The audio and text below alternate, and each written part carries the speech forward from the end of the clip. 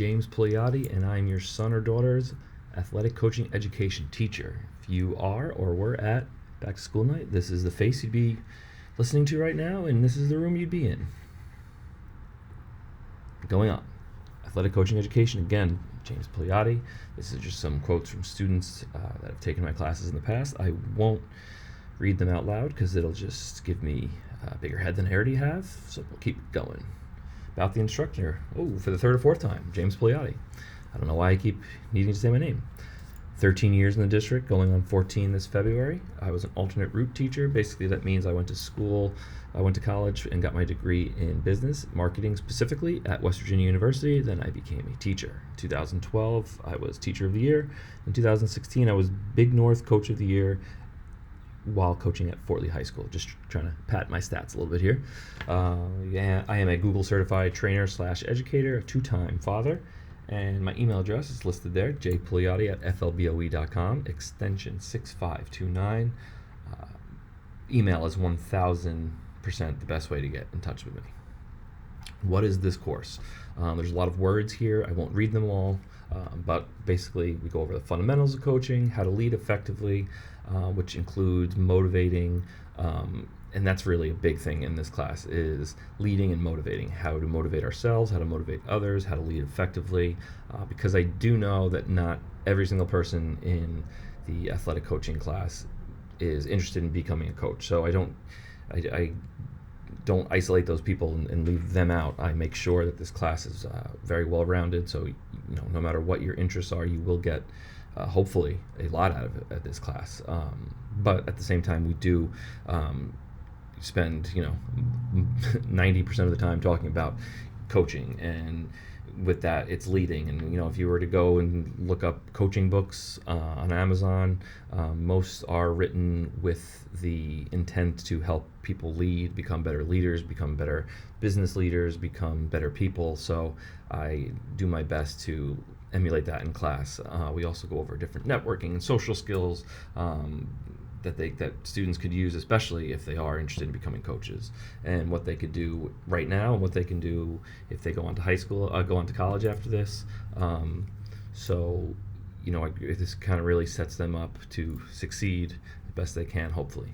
This is a hybrid course, which means period 5 meets on Monday, Wednesdays, and Fridays, and goes to study hall on Tuesdays and Thursdays, while period 8 meets on Tuesdays and Thursdays and goes to study hall Monday, Wednesdays, and Fridays. And during the second semester, that flips.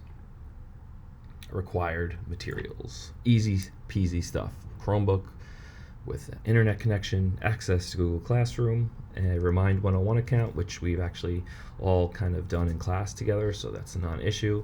A Remind 101 account is important just because it's a service I can use to get announcements out to the class without flooding my or our Google Classroom page. So this could be, Motivation Monday quote, reminder that an assignment is coming up due, or if we had to, change locations for our room, a reminder about that. Again, just so it doesn't, these little reminders and notes don't flood our Google Classroom page, which they are all enrolled in. Grading setup, I'm sure, or hopefully you've seen this. Our formative assessments are 40%, classwork, quizzes, smaller projects. The cumulative stuff is the summative assessments, the 60%, the larger projects, and the more comprehensive tests. There are a lot of writing pieces in this class. What I mean by that is we will watch something having to do with coaching, or examples of coaching, or a movie where there's coaching involved, and students will be asked if what they thought was effective versus ineffective. So a lot of this class is as long as they're able to support their opinion.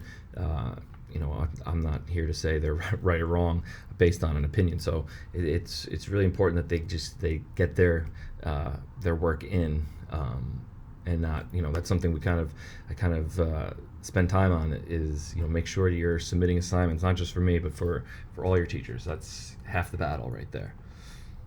Our major topics: introduction to coaching, coaching theory, sports psychology, first aid in sports, employability, and career development. Guest speakers. Guest speakers are probably the most exciting part about the class, because they get to hear people besides me talk about sports and coaching. So I've had people come in and talk about, former students who spent time in the NBA bubble talk about coaches. I bring coaches in to speak, whether it's high school coaches, college coaches, athletes. I really try to do my best to get people's people to come in and speak to the class from all different areas. We look at everything from coaching in terms of individual sports like swimming, tennis, to basketball, football, team sports. I think it's really important that they get all different kind of aspects, because again, it does come down to different leadership styles, different ways to motivate, knowing what motivates your players, which can lead to what motivates your own children, what motivates your employees, things like that. Classroom rules, not a ton here. A headphone policy, I just no headphones in while I'm teaching. If we're working on a project or they're working independently, you can have a headphone butt in while they're working, again, because I'm not speaking. Bathroom policy, I don't really harp on this too much until it becomes an issue. We use e-hall pass. No food in the classroom, and that ties really into respect at the same time. Besides, it can get gross. We have students with various allergies and things, so respect is big for me. Respecting yourself, myself, your classmates, the room, everything. Respect is a big part of kind of my rule, I guess. It all falls under that. And we actually learn about, one of the things we're talking about now is coaches' rules that they come up with. And sometimes it's not, or usually it's not best to have 37 different rules, because you really can't cover everything. But when you have some general rules, like one of my favorites is a coach gave me a plaque that it was his one rule. It was be at the right place at the right time, doing the right thing.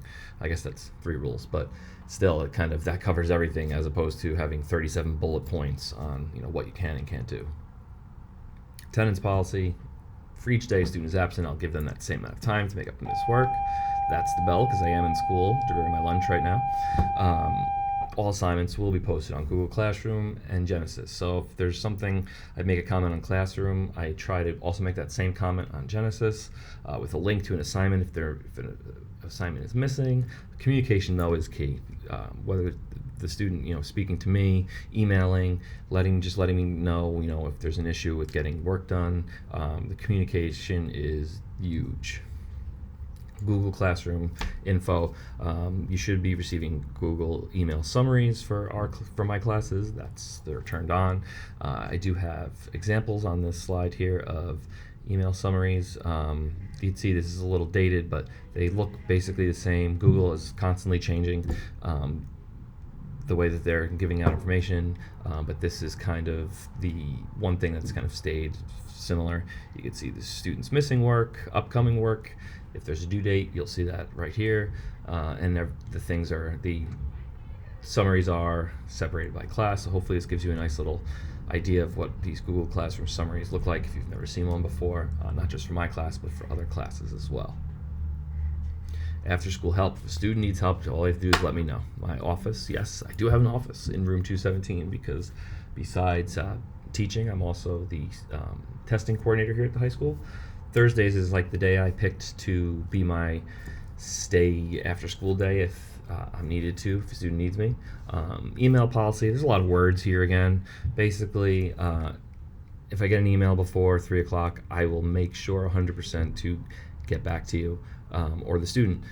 If I don't receive it by 3 o'clock, I just kind of put this here to save my butt a little bit in case there's something going on and I don't see the email, but I usually am very good at getting back the same day. If not, I will make sure to respond the next morning, even if it's just to say, got your email, let me take a look at this, I'll get back to you a little later. So hopefully that is good for everybody. questions, comments, you can email me again at jpugliotti@flboe.com. I'm looking forward to another great year. This is my second year teaching athletic coaching education, and I think the students enjoyed it very much last year, as much as I did. I get geeked out about talking about coaching. I love it. So hopefully we all have a good time and learn some things in the process. Have a great day.